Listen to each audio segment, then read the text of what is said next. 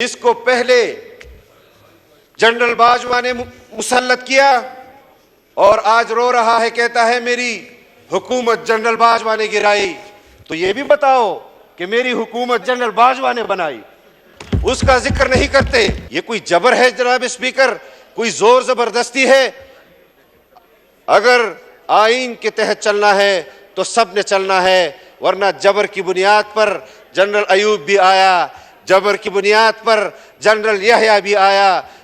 جبر کی بنیاد پر ضیاء الحق بھی آیا، جبر کی بنیاد پر جنرل مشرف بھی آیا۔ جبر کی بنیاد پر اگر تم فیصلے کرو گے تو شوق سے کرو، وہ بھی آپ کے سامنے ہے۔ ایک طرف عدالتوں سے جناب اسپیکر میں آپ کی توجہ چاہتا ہوں، ایک طرف عدالتوں سے ایسے فیصلے آ رہے ہیں اور دوسری طرف پیغامات بھیجے جا رہے ہیں کہ مذاکرات کا کوئی طریقہ کر لو، اور اس حوالے سے شاید کسی کا نقطہ نظر یہ ہو کہ ہم اس کے ساتھ مذاکرات کریں۔ ہم پاکستان کے مجرم کے ساتھ مذاکرات کرنے کے لیے تیار نہیں ہیں، ہم پارلیمان کے مجرم کے ساتھ مذاکرات کرنے کے لیے تیار نہیں ہیں۔ اگر ہم پر دباؤ ڈالا جائے گا کہ اگر آپ مذاکرات نہیں کرتے تو ہم ایسے فیصلے کریں گے، تمہیں اپنے فیصلے ریورس کرنے ہوں گے، پھر پارلیمان فیصلہ کرے گا کہ وہ کسی سے مذاکرات کرے یا نہ کرے۔ اگر آپ کے فیصلوں میں ہم پر دباؤ ہوگا تو پھر آپ کو بہت سارے لوگوں کے ساتھ مذاکرات کرنے ہوں گے، پھر ہم ان کے نام بھی یہاں لیں گے۔ کوئی آسمان سے نہیں اترا کہ جس کے لیے آپ کے دل میں درد جاگ جائے، اس کے لیے آپ ہمیں مذاکرات پر بھی مجبور کریں، اس کے لیے الیکشن کمیشن کو آپ انتخابات پر بھی مجبور کریں۔ آپ کی عدالت نے بلدیاتی انتخابات کے آرڈرز پاس کیے، اسی عمران خان نے حکومت نے اس پر عمل نہیں کیا۔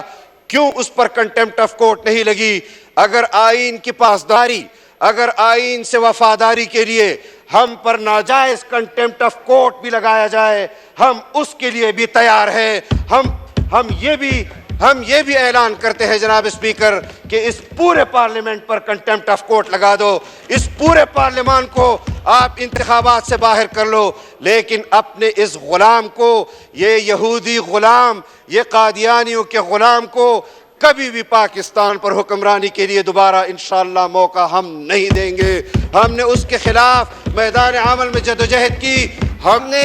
قربانی دی، ہم آج محاذ پر کام کر رہے ہیں اس پاکستان کے لیے، اور ہمیں پتہ ہے کہ اس محاذ پر لڑتے لڑتے سیاسی طور پر یا ہم شہید ہوں گے یا غازی ہوں گے، لیکن انشاءاللہ فتح اس آئین کی ہوگی، فتح اس جمہوریت کی ہوگی۔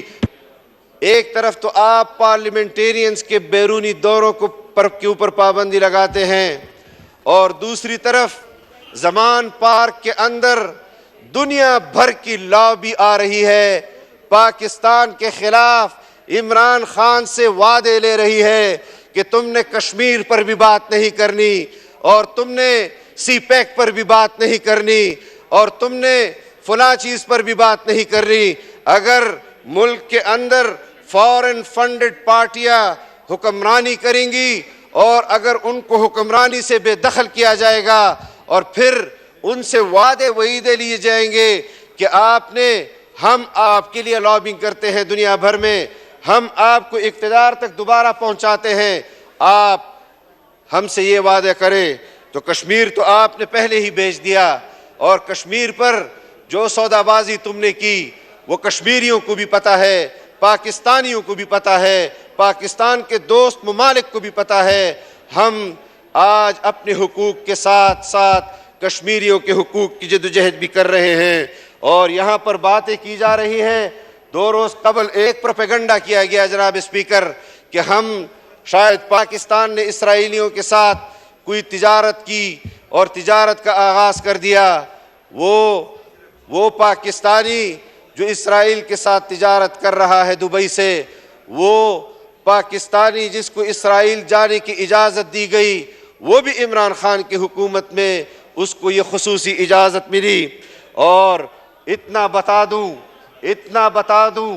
کہ میری جماعت کے اندر سے کچھ لوگوں نے اسرائیل کے حق میں بیانات دیے تھے، ہم نے ان لوگوں کو اپنی جماعت سے اٹھا کر باہر پھینکا، اور جب ہم نے ان کو اٹھا کر باہر پھینکا تو وہ عمران خان کی گود میں جا کر بیٹھے جناب اسپیکر، اور آج بھی اس کی گود میں بیٹھے ہوئے ہیں۔ اسرائیلی مفادات کے حق میں اور اسرائیل کو تسلیم کرنے کے حوالے سے جو لوگ باتیں کرتے ہیں وہ تمہاری گود میں بیٹھے ہوئے ہیں۔ تمہارے زبان پر تو مدینہ کی ریاست ہے، لیکن تمہارے دل کے اندر جو درد ہے وہ آج بھی اسرائیل کا ہے۔ ہم اس فیصلے پر جو قرارداد آج پیش کی گئی ہے اس کے حوالے سے ہم نے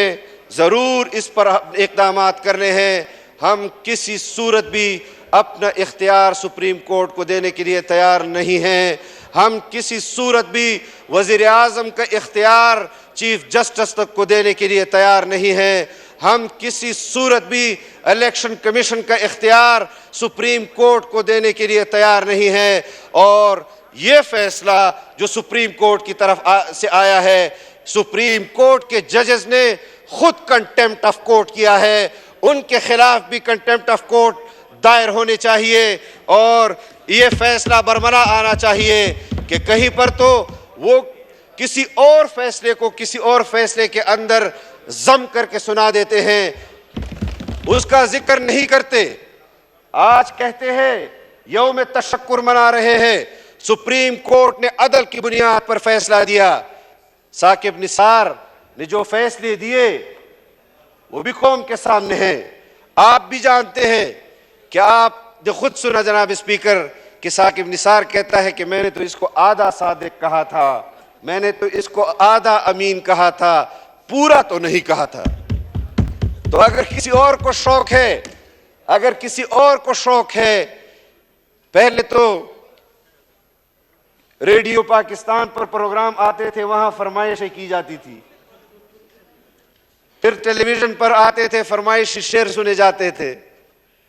آج کل عدالت میں فرمائشی فیصلے ہو رہے ہیں جناب اسپیکر، فرمائشی وزیر اعظم، فرمائشی وزیر اعلیٰ۔ حمزہ شہباز شریف پسند نہیں، پرویز الہی پسند ہے، چلو وہ فیصلہ غلط تھا، اب یہ فیصلہ کر لیتے ہیں۔